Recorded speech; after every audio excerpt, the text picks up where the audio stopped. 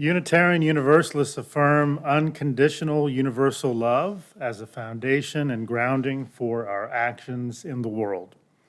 We strive to be of service to our communities and advocate for change on local, state, national, and international levels. There is no such thing as a single-issue struggle because we do not live single-issue lives. The work that we do together to build a world in which all of us are free and thriving is interrelated. When we ground our spirits, grow our skills, and act strategically for justice in deep relationship with each other and our movements, we choose to side with love. And at this time, we'll have an opportunity to light the candles of community. You can light a candle for a joy or a concern, or simply to bring more light to this room.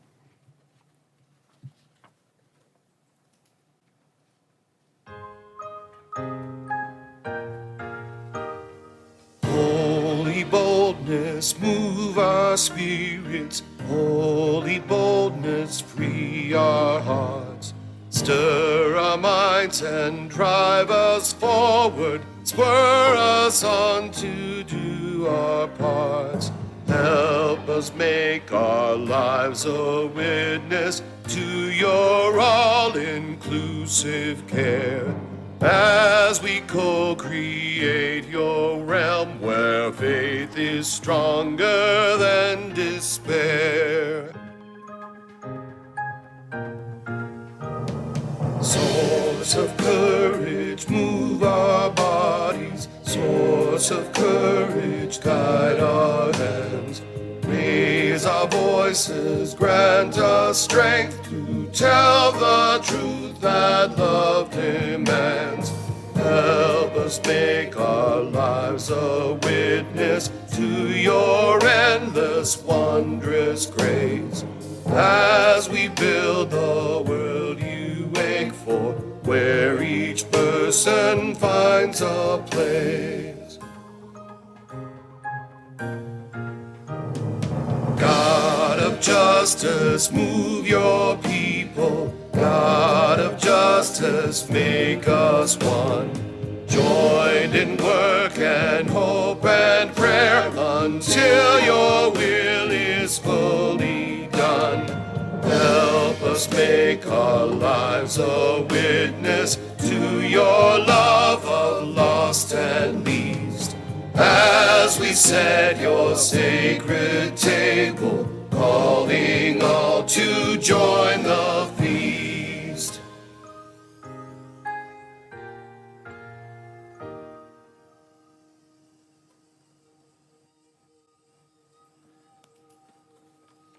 Let us stand in body or spirit for the lighting of the chalice and our spoken affirmation. Yesterday, our distant ancestors gathered round a flame to share their stories and find comfort. Tomorrow, our descendants will gather round a flame, talking of a life we will never know. But today, it is we who gather here around this flame, seeking, believing, and being together. Let us join in our spoken affirmation. Love is the spirit of this church, and service is its law. This is our great covenant, to dwell together in peace, to seek the truth in freedom, and to help one another. You may be seated. Our opening thought comes from Stephen McGee. He writes, "Very few of the common people realize that the political and legal systems have been corrupted by decades of corporate lobbying."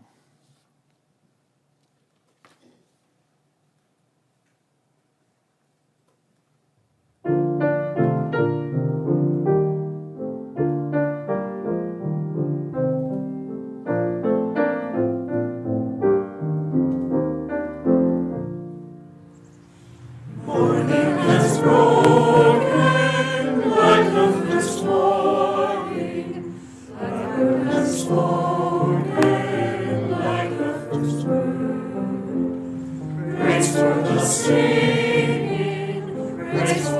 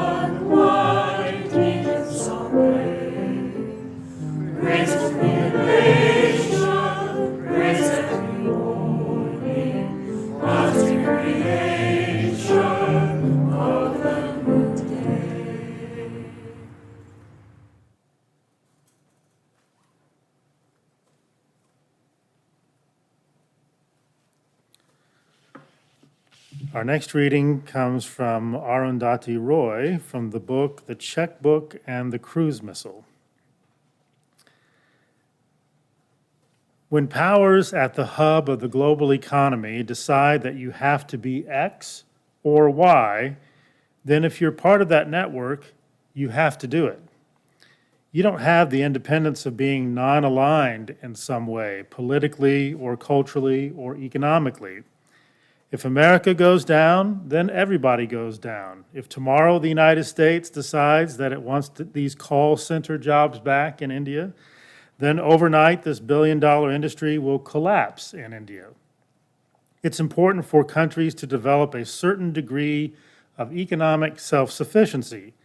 Just in a theoretical sense, it's important for everybody not to have their arms wrapped around each other or their fingers wrapped around each other's throats at all times in all kinds of ways.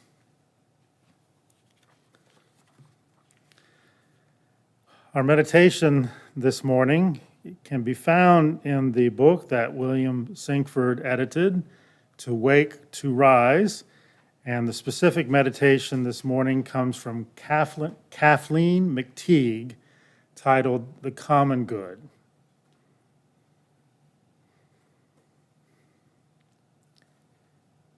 We breathe the common wind of the earth, no matter where we live, who we love, what language we speak. We drink the common water of the earth, no matter the color of our skin, how long we live, the coverings we drape on our forms.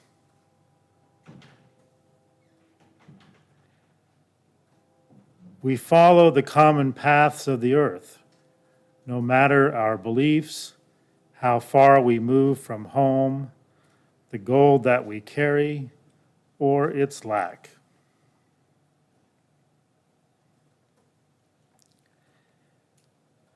May we live from these truths, our hearts open to the holiness all around us, our hands turned always toward the common good.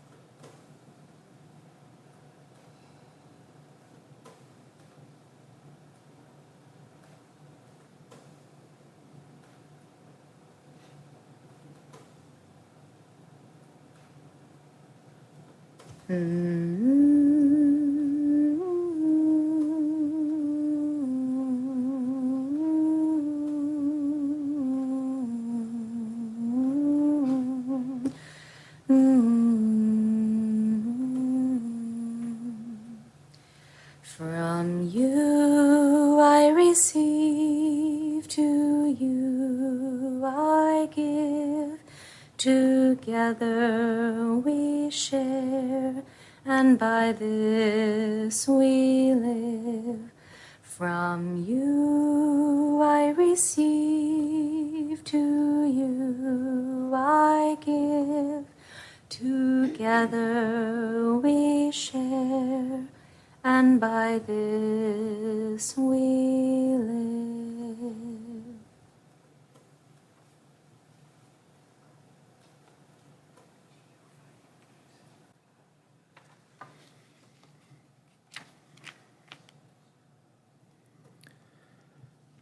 Our next reading comes from George Draffin on the processes of corporate power.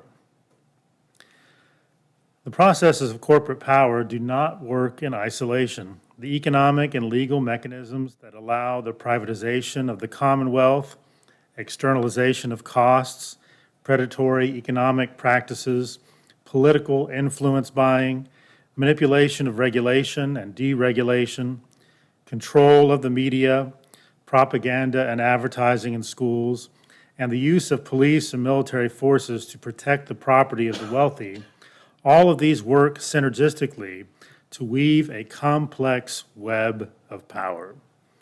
Our next song is 298, Wake Now My Senses.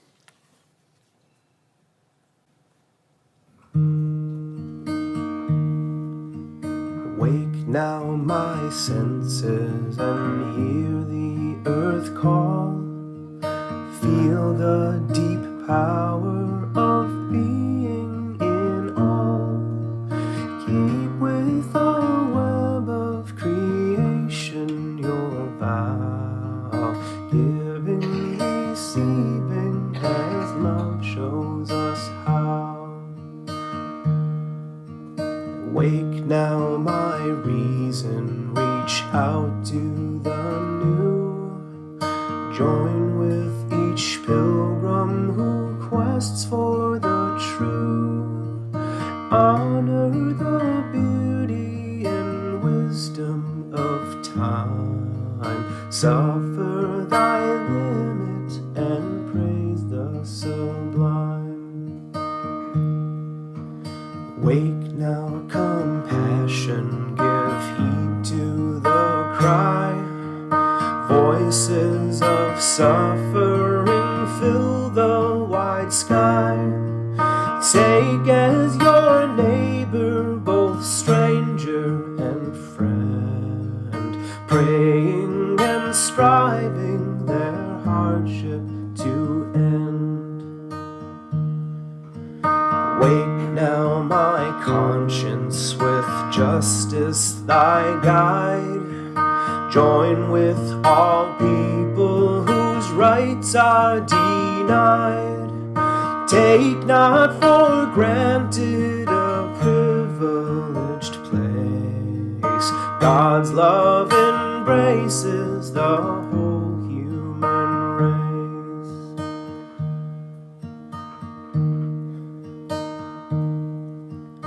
Wake now my vision of ministry clear. Brighten my pathway with radiance here. Mingle my calling with all who will share. Work toward a planet transformed by our care.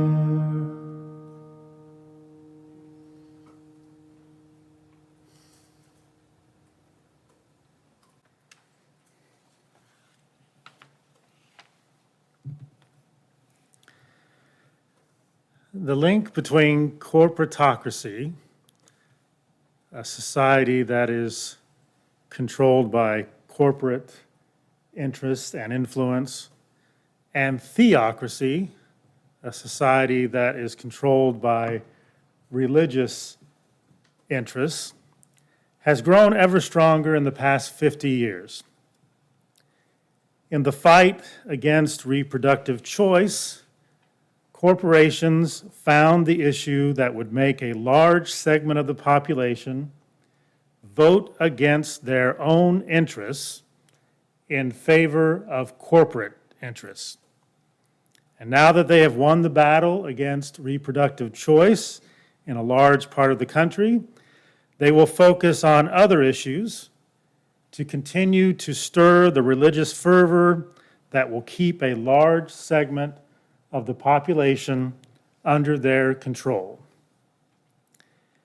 Isn't it ironic that the companies responsible for the most deaths in our world, in both our human and in our ecological communities, are bankrolling so-called pro-life politicians in exchange for being able to continue their practices that bring harm and death to both people and the planet? It's a lot easier to focus on being anti-abortion than it is to be held accountable for the sixth great extinction of life on Earth. Take a look at the industries that provide the most money for pro-life politicians and for the anti-abortion movement. Fossil fuel companies, gun manufacturers, the military-industrial complex, chemical companies, and industrial agriculture. It is a veritable hall of fame of the merchants of death hiding behind a pro-life facade. Clarence Thomas, the spouse of a person who played a central role in attempting to overturn the free and fair election of the President of the United States, is now effectively co-Chief Justice of the Supreme Court of the United States with Samuel Alito.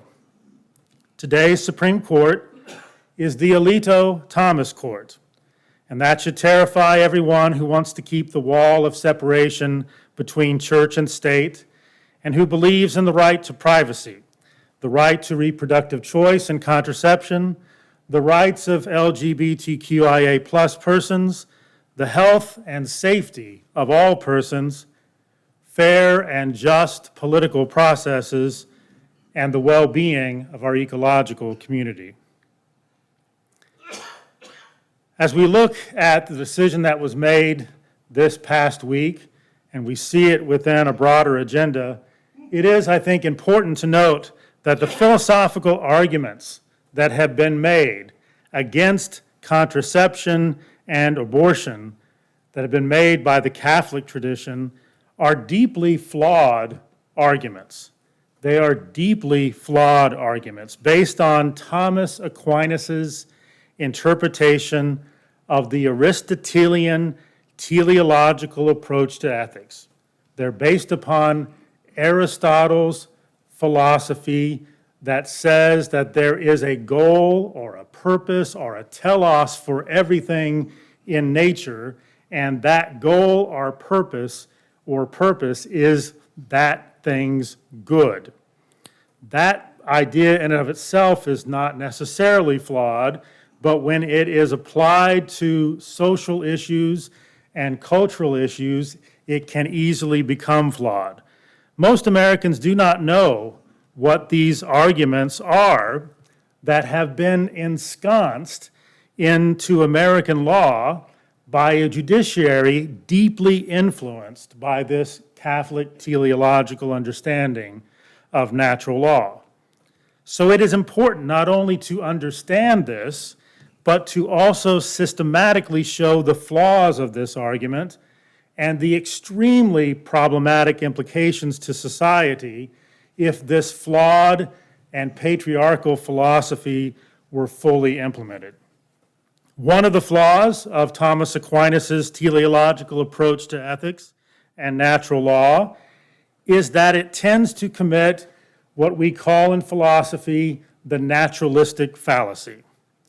The naturalistic fallacy is when you argue that what is necessarily what ought to be. When you argue that what is necessarily what ought to be. This fallacious reasoning has been used over and over again throughout our history to maintain the cultural status quo and the suppression of social change. Because what is argued that is what is in culture is what ought to be and ought not to be changed, and that somehow what is in culture is natural. is part of the natural law that must be adhered to.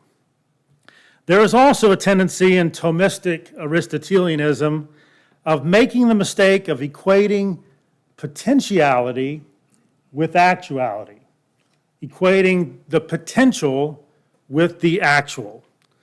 Thus, the potentiality of the sperm to at some point become an actual person gets too closely equated with the value and being of an actual person.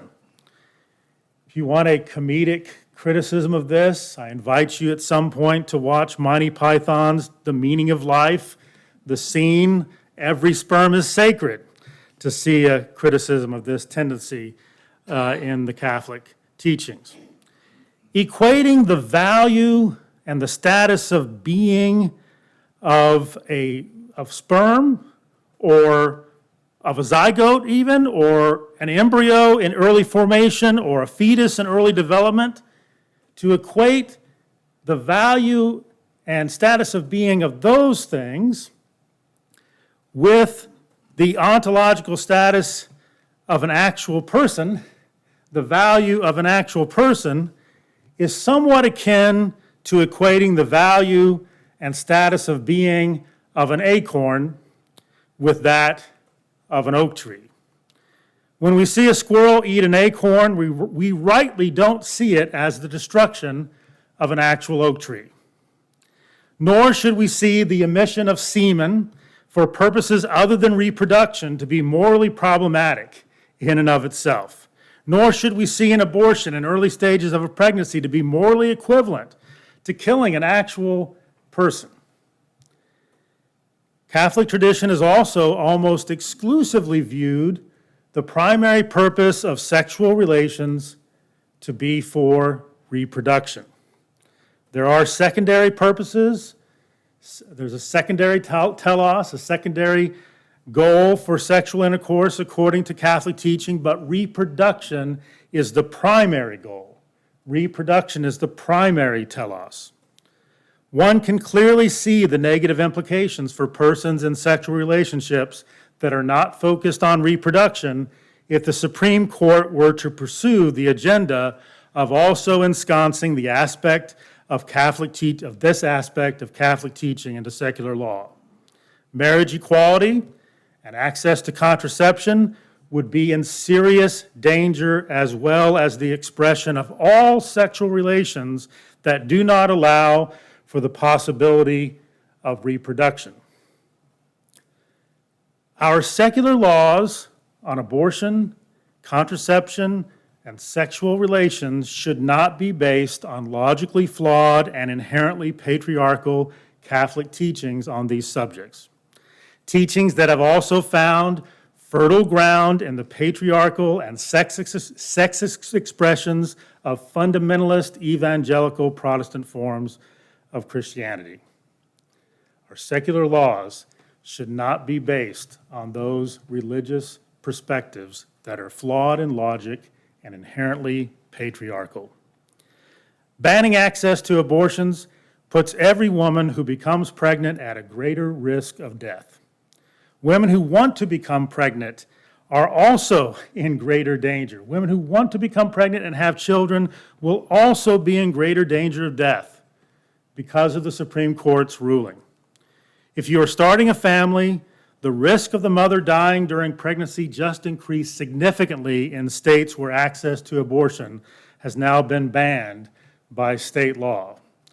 Texas and Oklahoma are both experiencing this.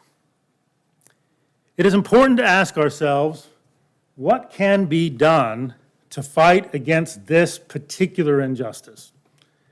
What can be done to fight against this particular injustice that came down from the Supreme Court this past week? But we also need to find ways to fight the overarching agenda of the merchants of death who are behind it. It is an overarching agenda, and they've been at it for decades. And we have to get real about it. We have to be realistic. We can't be, in my opinion, overly idealistic about it.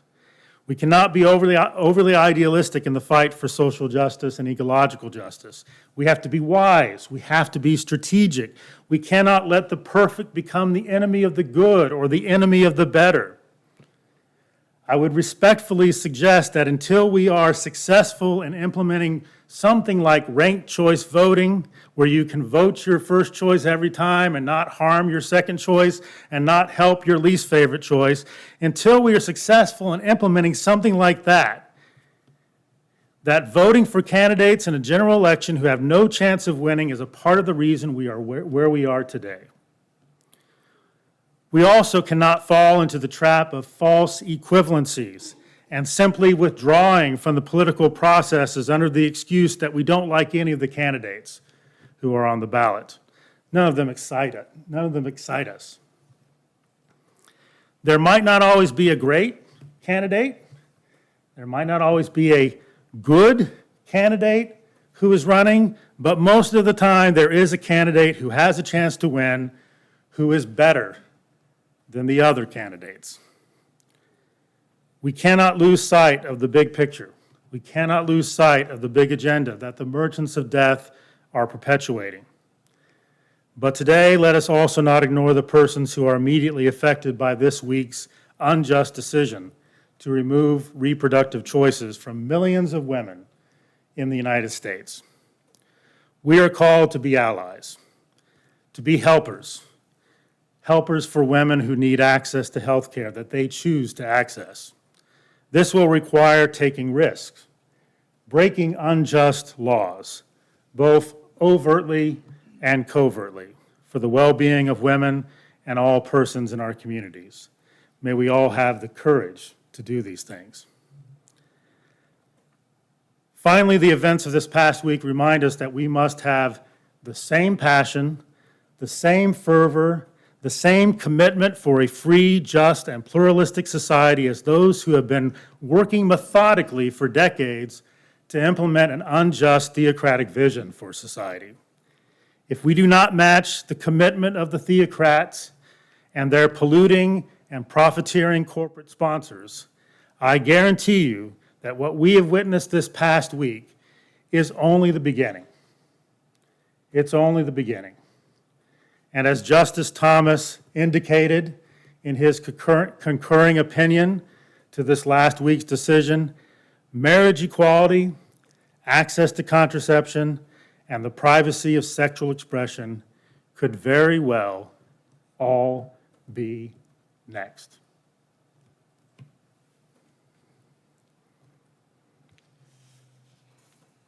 I invite those of you who would like to give to the work of this church to bring your gifts to the table, and there are opportunities to give online as well.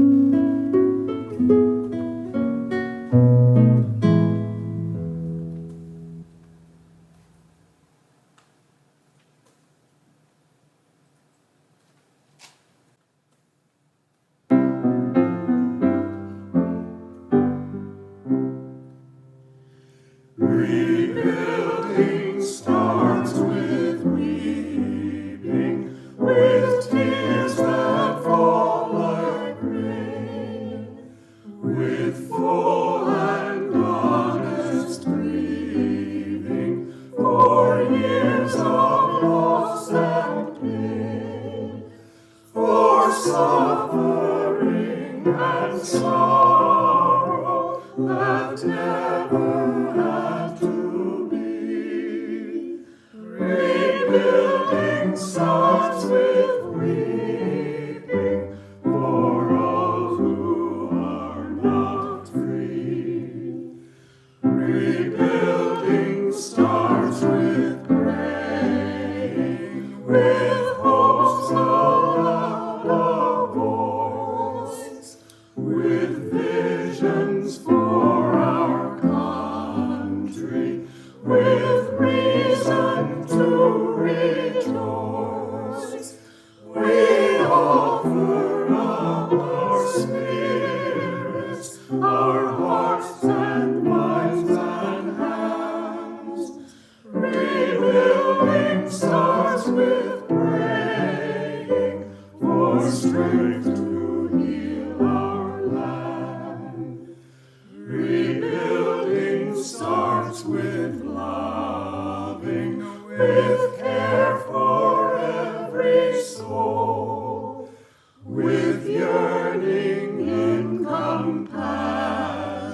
that all may yet be whole, that enemy and neighbor may know a better day.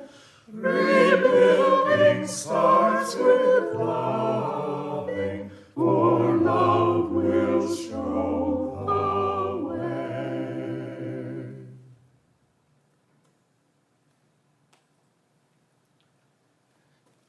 Let us stand together in body or spirit for our parting thought and the extinguishing of the chalice. Our parting thought comes from Bell Hooks on beloved community. She writes, "If we want a beloved community, we must stand for justice, have recognition for difference without attaching difference to privilege." Let us join together in the words of the extinguishing of the chalice. We extinguish this flame, but not the light of truth, the warmth of community, or the fire of commitment. These we carry in our hearts until we are together again.